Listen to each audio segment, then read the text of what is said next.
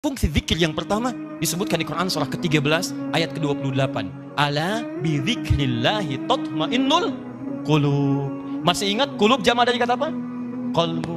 Jadi kalau salat Anda benar, hati Anda tenang. Jadi hati yang tenang, dia bisa mengendalikan nafsu dalam kehidupannya. Sehingga muncul yang baik-baik di sini.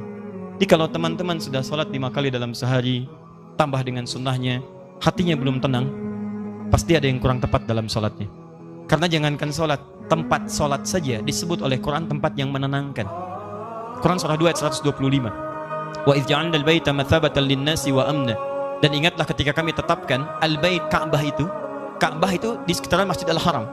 Begitu Anda ke situ kata Allah, Anda punya masalah apapun, segelisah apapun di depan Ka'bah, tenang jiwa Anda.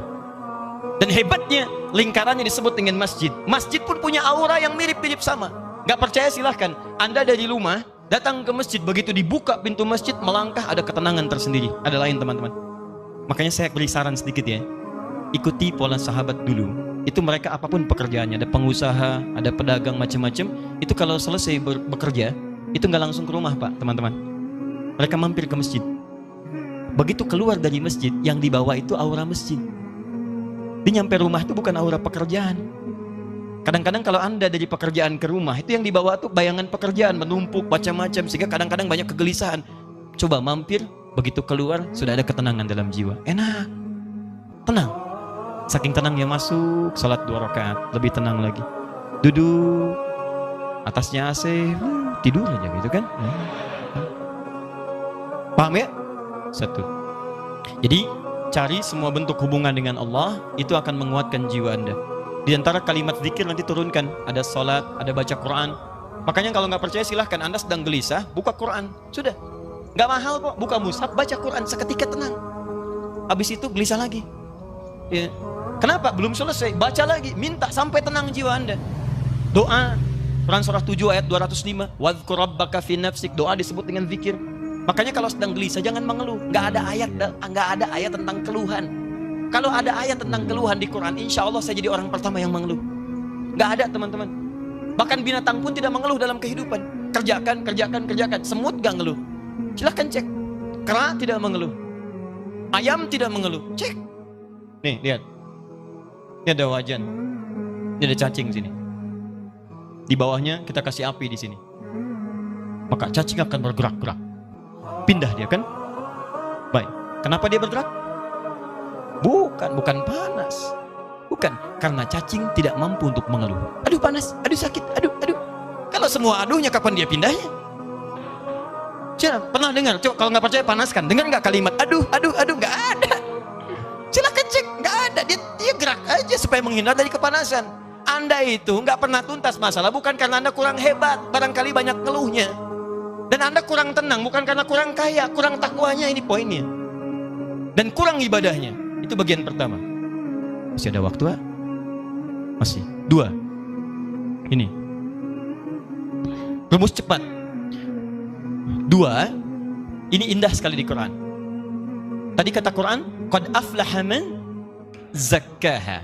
Sungguh akan bahagia, tenang orang yang mampu menyucikan hatinya. Baik. Ikhwan atau akhwat di atas, kalau nyuci itu pakaiannya dibuang atau kotorannya yang dibuang? Mah, tolong cucikan ya. Iya Pak, palidkeun ke sungai. Oh, Masya Allah. Begitu pulang, mana mah pakaiannya? Dicuci, dibuang? Tidak. Nyuci, membuang kotornya. Kadang-kadang kotor itu mesti ada untuk nampak yang bersihnya. Sebab kalau kotor nggak ada, yang bersih nggak akan kelihatan. Allah ciptakan marah bukan untuk menjadikan Anda pemarah, tapi supaya sabarnya muncul. Sebab kalau nggak ada marah, nggak akan ada sabar. Kan mustahil ujuk-ujuk tiba-tiba datang kepada saya. Nggak ada hujan, nggak ada angin, nggak ada masalah, tiba-tiba sabar Ustadz, sabar. Saya cuma tanya, sehat? Ya. Karena mustahil teman-teman, mustahil ada kejujuran kalau tidak diciptakan lawannya dusta. Kalau nggak ada dusta, bagaimana bisa mengukur jujur? Jadi caranya bagaimana kata Quran?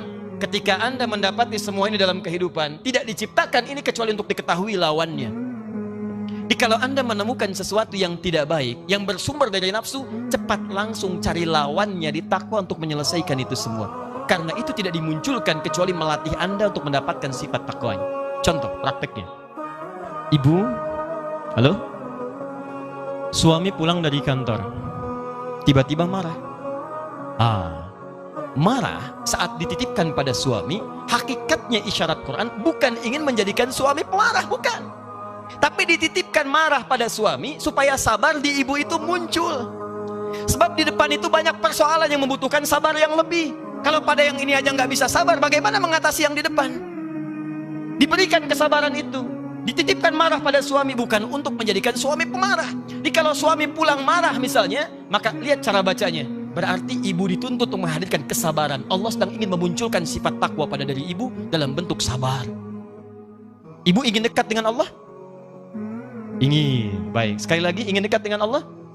Kunci dekat dengan Allah, sabar. Innallaha ma'as sabirin.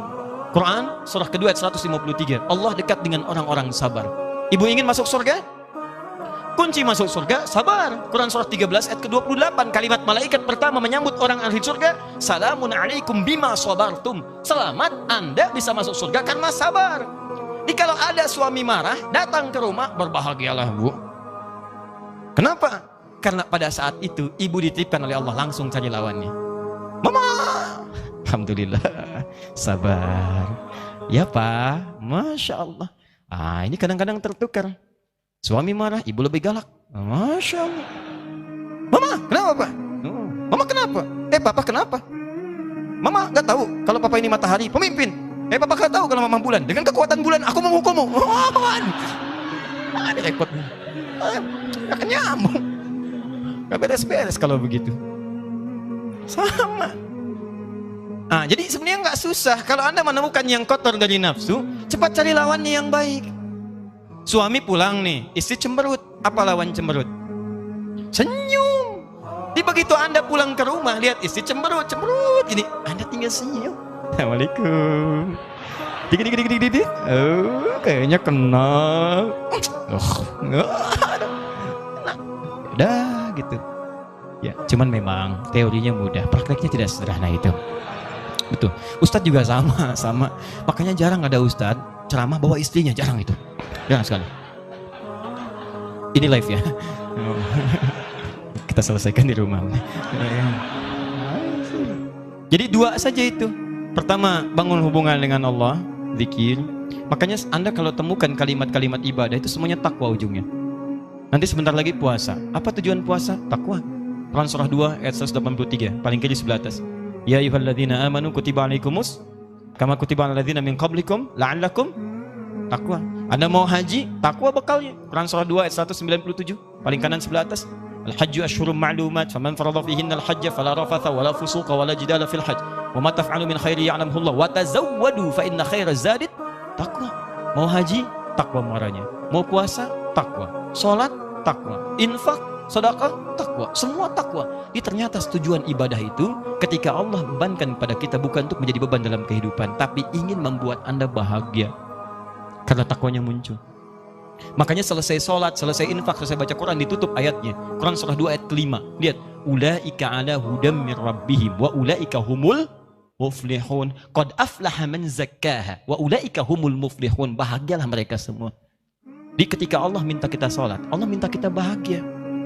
Aneh kalau ada orang diminta bahagia nggak mau bahagia, itu orang aneh. Makanya ketika Anda dipanggil sholat, hayya 'alas shalah, Anda tanya, kenapa kami sholat ya Allah? Dijawab, hayya 'alal falah. Ayo saya kasih bahagia. Yang belum bahagia datang ke sini.